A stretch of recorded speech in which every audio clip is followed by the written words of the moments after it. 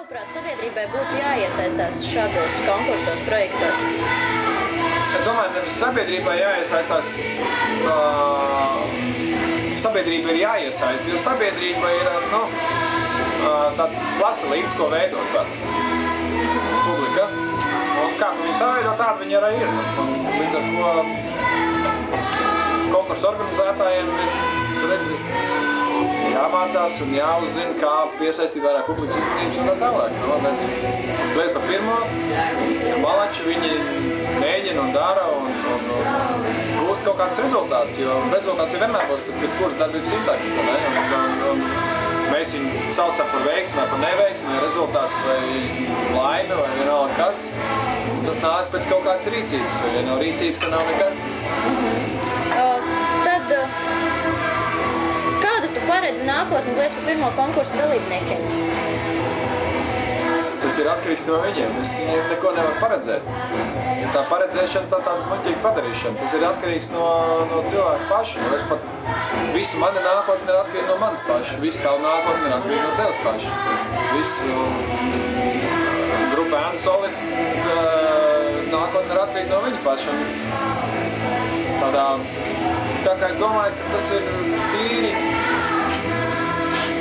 Es nevaru paredzēt citu cilvēku dzīvi. Kādus padomus tu dotu visiem fināla dalībniekiem? Baudīt dzīvi un darīt to, kas pašam patīk. Tā, viss to tā mīlestība. Kas bija tavi vērtēšanas kritēriji? Es visu ņēmu kopumā, kā izskatījās, kā kustējās un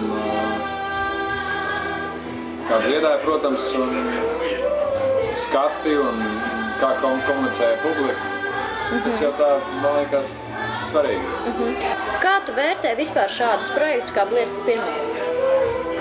Kur projekti, kas ir saistīts ar radošo štēli, kurš palīdz cilvēkiem, jauniešiem, ne tikai jauniešiem, izpausties un domāt, radīt, dziedāt, priecāties. Tas jau ir tikai apsveicami, jo nevis sēdēt, nesoda tos, kas neko nemēģina, ne? Tā ir. Tā kā visiem super paldies un malači, kad kaut ko dara, nevis zin kā, neko nedara. Es nezinu, tas ir muļķīgi kaut ko prognozēt, jo mēs patiesībā, mēs varam redzēt, kādas tās tendences ir, bet mēs neko nevaram prognozēt, kāds būs, tāds būs, un viennozīmīgi nebūs vairs diski turēti, būs MP3 pārdošanas, tā vēl viss tas elektronisks notiks un tā. Viss būs pa brīvu, tas būs pa brīvu. Tu gribi teikt, tad mūziķi nepelnīs ar to vairs? vairs? Ar koncertiem, Tā kā viss pasaulē tas notiek pašlaik, mūzika ir pa brīvu un pelna ar koncertiem.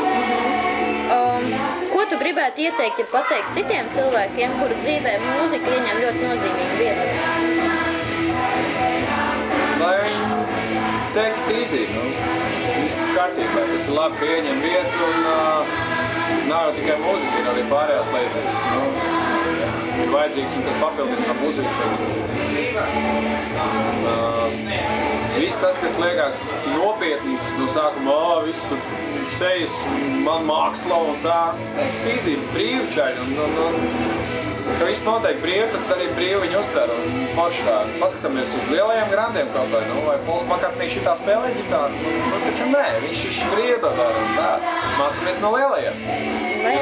Nav jau ko, nemācamies no neveiksminiekiem, mācamies no veiksminiekiem. To es gribētu tā kā. Labi, paldies tev par šo. Čau.